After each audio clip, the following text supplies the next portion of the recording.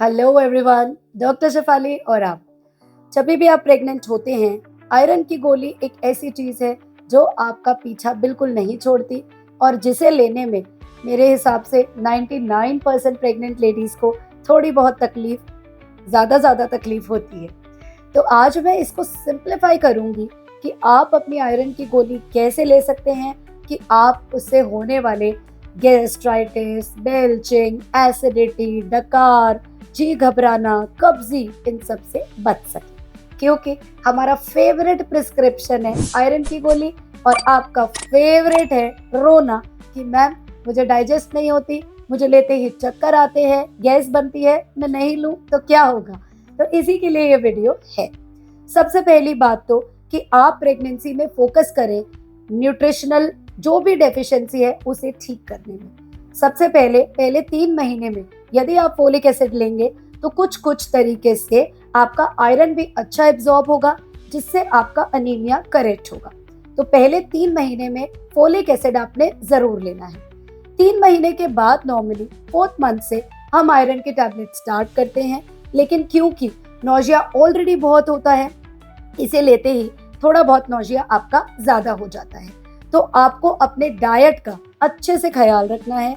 Diet में iron rich चीजें लेनी है, जैसे कि आप गुड़ ले सकते हैं, बाजरा ले सकते हैं, चने, स्प्राउट्स, अंजीर भिगो के, मुनक्का भिगो के, हरी सब्जियां सारी, ये सभी यदि आप लेंगे तो कुछ कुछ आयरन की मात्रा आपकी बॉडी में जाएगी। इसके अलावा कोशिश कीजिए कि जो आयरन की कढ़ाई होती है लोहे की, उसमें यदि खाना बनाकर खाएंगे तो थोड़ा बहुत आयरन उस यूटेंसिल से, कढ़ाई से भी खाने में जाएगा और आपको मिलेगा। हो सके तो विटामिन सी रिच चीजें खूब लीजिए, क्योंकि ये आयरन के एब्जॉर्प्शन को बढ़ाती है। अब ये डाइट के साथ में आपकी आयरन की गोली आप कोशिश कीजिए कि या तो आप रात में सोते टाइम ले लें, अगर आपको नहीं सूट करती सोते टाइम तो आप उसे दिन में, लेकिन या तो 2 घंटे खाने से पहले या 2 घंटे खाने के बाद।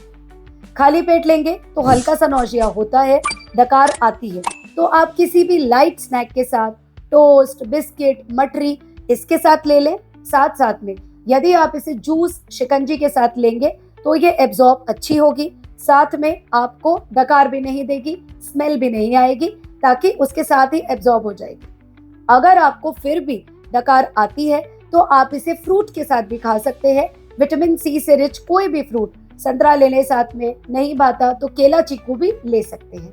फिर यदि आपको लगता है कि रात में लेने से आपको दिक्कत है तो आप इसे दिन में ले सकते हैं, लेकिन कभी भी खाने के साथ नहीं लेना, कभी भी कैल्शियम के साथ इसे नहीं लेना।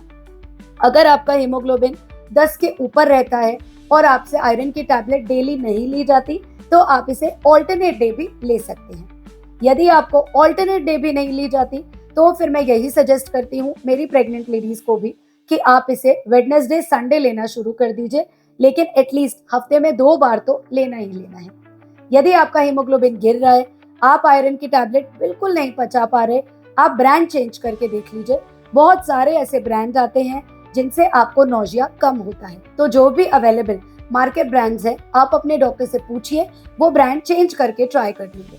जैसे मुझे कई बार एक ब्रांड सूट नहीं करता था तो मैं दूसरा ट्राई करती थी। फिर भी यदि आपको लगता है कि बिल्कुल टॉलरेट नहीं हो रही तो आप IV iron, which is a good option, आजकल फेरिक कार्बोक्सी माल्टोज, ये एक आईवी आयरन आता है जो एक ही इंजेक्शन लगता है, 15 से 20 दिन में 1.5-2 ग्राम हीमोग्लोबिन बढ़ा देता है। तो आप ये इंजेक्शन ले सकते हैं। अगर ये इंजेक्शन भी आप नहीं लेना चाहते, कुछ भी नहीं करना चाहते, तो फिर आप भगवान भरोसे छोड़ दीजिए, डाइट अच्छी लेते रहिए और एंड में यदि हीमोग्लोबिन कम हुआ तो ब्लड ट्रांसफ्यूजन के लिए रेडी रहिए। ऐसे ही मैं अपनी प्रेग्नेंट लेडीज को भी डराती हूँ ताकि वो किसी भी तरीके से अपने डाइट का ध्यान रखें। टैबलेट जबरदस्ती ले, ना ले तो एटलीस्ट आयरन के इंजेक्शन ले, फिर भी नहीं लेंगी तो फिर अगर जरूरत पड़ेगी तो ब्लड लगाया जाएगा। तो इस तरह से आप अपनी आयरन की टैबलेट को शुरू करें, कंटिन्यू करें। जरूरी नहीं कि आप उसे डेली लें, आप उसे कैसे भी ले सकते हैं, कभी भूल भी जाएं तो कोई बात नहीं। साथ साथ में विटामिन सी की टैबलेट और एक बी कॉम्प्लेक्स की टैबलेट जरूर लें, क्योंकि कभी कभी आयरन डेफिशिएंसी अनीमिया के साथ साथ मेगेलोब्लास्टिक अनीमिया होता है, मतलब B12 डेफिशिएंसी। आप आयरन लेते हैं, टैबलेट भी लेते हैं, लेकिन B12 की कमी की वजह से वो आयरन एब्जॉर्ब नहीं होता, तो उसे मेगलोब्लास्टिक एनीमिया कहते हैं। तो उसके अंदर हम आपको एक विटामिन बी कॉम्प्लेक्स की गोली भी देते हैं। तो ये 3 चीजें, आयरन, विटामिन सी और बी कॉम्प्लेक्स, 100% आपके आयरन को मेंटेन रखेगी, जिससे कि आपको शरीर में स्वेलिंग, चक्कर आना, कमजोरी, फटीग, हर चीज में थकान महसूस होना, इसके अलावा आपके बच्चे की हेल्थ भी नॉर्मल से कम हो सकती है यदि आपने आयरन मेंटेन नहीं किया। IUGR हो सकता है, बच्चा कमजोर हो सकता है, आपके पेट में बच्चे के चारों तरफ पानी कम हो सकता है, आप स्ट्रेस्ड आउट रह सकते हैं, हो सकता है कि आपको नींद भी नहीं आए। इंसोम्निया, डिप्रेशन, एंजाइटी, ये भी आपको एनीमिया के अंदर होता है। सांस फूलती है, काम नहीं होता, और जब सीढ़ियां चढ़ते हैं चढ़ा ही नहीं जाता। ये सभी चीजें आयरन डेफिशिएंसी एनीमिया के सिम्टम है। इन्हें पहचाने, मेरी बात माने और अपने बच्चे के लिए और खुद के लिए आयरन की टैबलेट जरूर लें। फिर भी कोई क्वेरी रह गई हो कमेंट सेक्शन में डाल दें, मैं आपके लिए वीडियो जरूर बनाऊंगी। Stay healthy, stay positive, a healthy mother and a healthy baby is my aim. इसी के लिए मैं वीडियोस बनाती हूँ। इसी तरह से जो भी प्रेग्नेंट लेडी है उसे ये वीडियो जरूर शेयर कीजिए, ताकि वो भी इसे देख के अपनी आयरन की टैबलेट लेना शुरू कर दे। और जो प्रेगनेंसी प्लान कर रहे हैं वो पहले से ही फोलिक एसिड लेना शुरू कर दें। Thank you.